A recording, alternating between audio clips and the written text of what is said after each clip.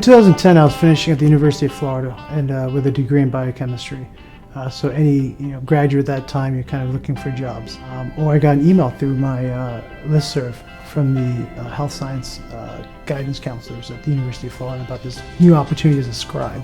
Within a week, I was at the hospital interviewing for this position, and I still had no idea what the position entailed.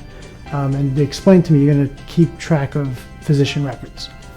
So I said, great, that sounds better than cleaning test tubes. I do remember going to my first training session, and there's a medical terminology where you just got a lot of words that I really couldn't pronounce. I mean, at that point, I think cholecystectomy was one of the most difficult words for me to spell and even realize what it meant. And basically, it's removal of the gallbladder.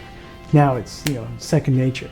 But at that point, I remember it was one of the most taboo things. All these words that had no idea. Why are we using all these words? Why can't we just use just regular English words? And now it makes sense, right? It's a whole language. It's a culture. It's something that has been around for me. It makes sense. Being a scribe in the emergency room has definitely helped me being a good medical student as well as potentially a good ER physician. So essentially, it's like shadowing, but you get paid to shadow. Everything you see, even the things you pick up, subconsciously, you don't even realize you pick up. The organizational skills, the ability to communicate with people from all walks of life, all different cultures. You get to do that as a scribe every day. So to translate that into my regular field, it's a no-brainer why that enhances what I do today.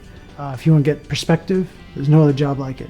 At this level, when you come out of your education, your training, you can go into a position like this where you're in front of some of the best people in their field, right? Some of the best physicians in their field, working with patients in the community. That there's no filter, there's no contact lens in front of it, or it's just you and that experience. So perspective, you'll definitely get perspective in this job, and you're going to get exposed to such a high level of human emotion from the beginning.